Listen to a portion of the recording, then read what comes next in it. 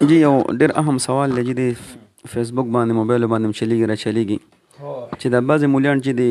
قرآن شریف کې د سورې نحل کې چې تقریبا د هدهد د سلیمان علیه السلام سورې نحل کې هغې وي چې دا هدهد د دې باره کې دا مرغه نه یادېږي چې داسې انسان یا نمل باره کې څه وي، نو هغې باره کې چې وضاحت ډېر ضروري دی. جی دا مسله ستاسو داسې دی چې د بعض خلک د پرویز په طرز باندې ترجمه کوي د قرآن پاک،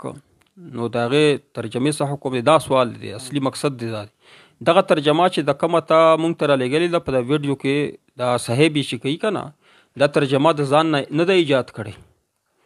د دومره عقل او دومره علم د خپل کار نه کوي، د نقل کړی دا ترجمه موجود ده. مفهوم القرآن د پرویز په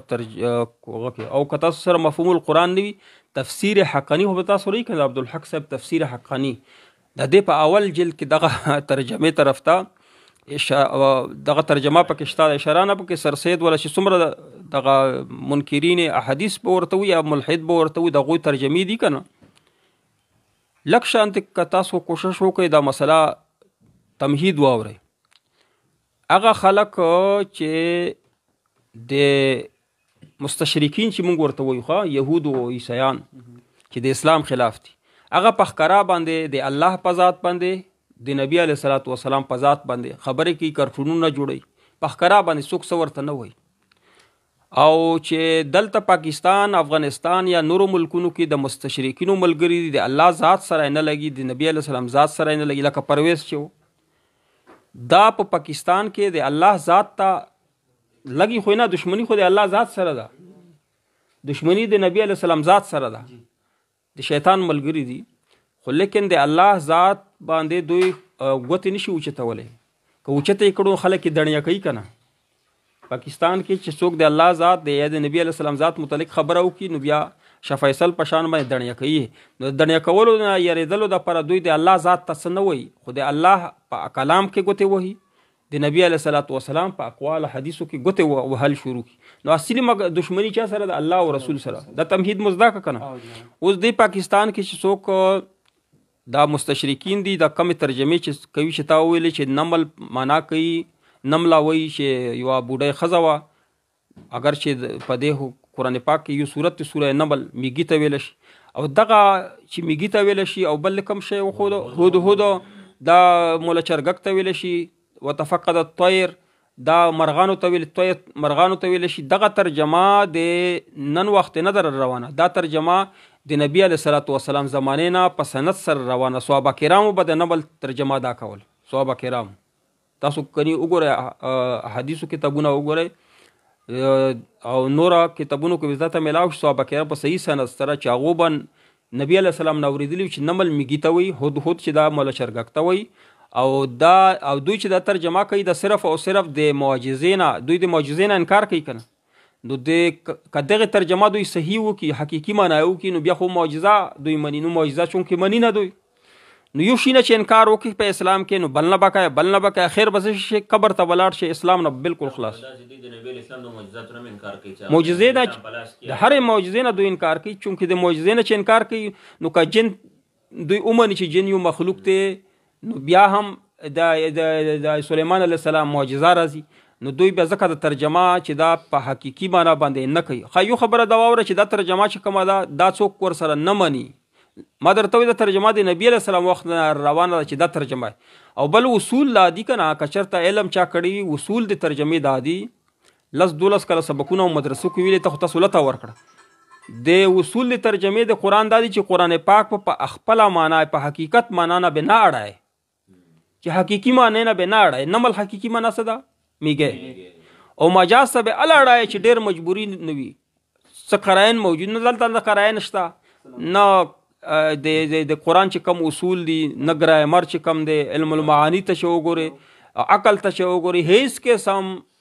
قراین نشته چې ته دا مجاز ته واړئ. صحابه کرامو هم مجاز ته نه ده اړولې. یو خبره دا ده چې دا ترجمه چې ما درته وایي د څوک چې کوي دا ترجمه، دته دا مونږ وایو چې تا سره د ترجمه مونږ ولې ومنو، دا د ګرامر اصولو مطابق ده. عرب یې داسې کوي، قرآن عربی کې ده که نه، چېرته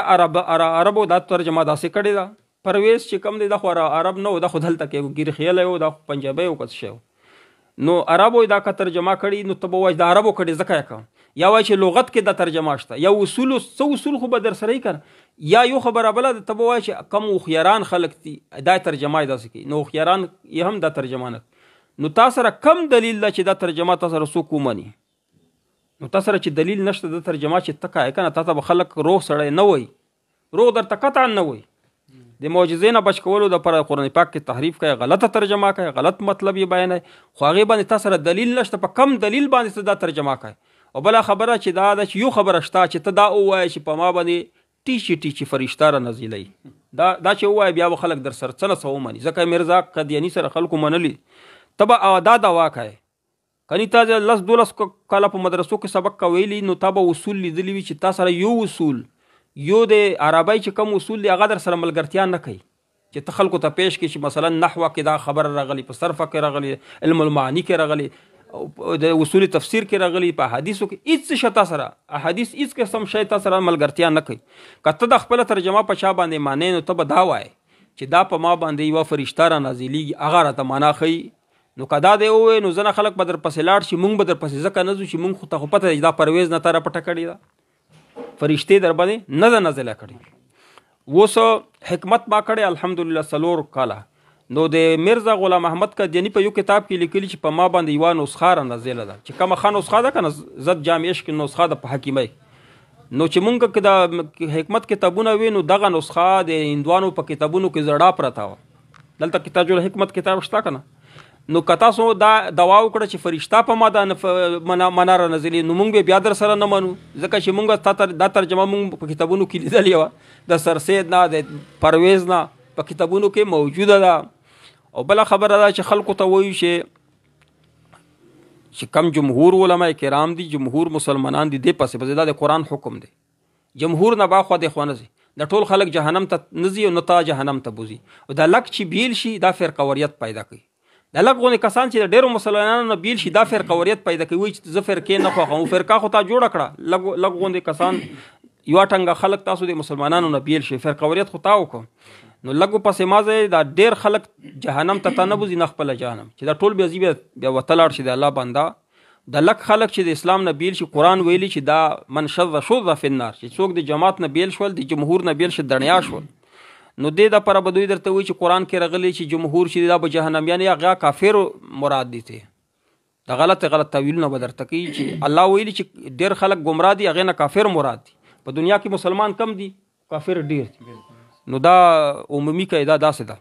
نو تاسو په مسله باندې پوه شوې، امید دی چې په مسله پوه شوې، دغه ترجمې چې کمې دي دا چا د کور کې نه دي ایجاد کړي، نه دوی کې د عقل شته، دا د پرویزیانو ترجمې دي چې دا امت رد کړي دي، د دې څه دلیل نشته، چې څوک دلیل په پیش کړي نو موږ به ومنو چې دا مسله د صحیح نمل څه شته ویلی شي، واج بوډۍ ښځه وه، مکاره ښځه وه، یا بادشاه وه، الله به در سره ومني چې څه نه څه تا سره څه دلیل وي، هېڅ قسم دلیل تا سره ملګرتیا نه کوي په دې ترجمو باندې، نو دې ترجمې نه ځان بچ کوئ او هسې ځانونه مه مشهوروئ، غلطې ترجمې مه کوئ، الله پاک به درته فاما الزبد فیذهب جفاء واما ما ينفع الناس فیمکث فی الارض. الله قرآن پاک کې ویلی دی چې دا تیزې هواګانې چې چلیږي د فتنو وله دا به تیزې وچلیږي، تاسو به وایئ چې هو دې سره خو ډېر کسان دي،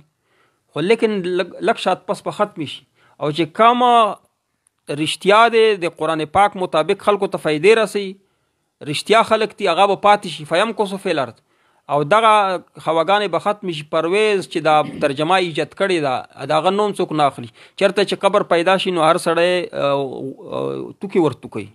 قبر یې ته وښایه چې زه اول خلک توکي ورتوکوي، داسې کسان شته چې هغه وړه بول پې کوي، غټ بول پې کوي د پرویز په قبر باندې بول کوي، نو لہذا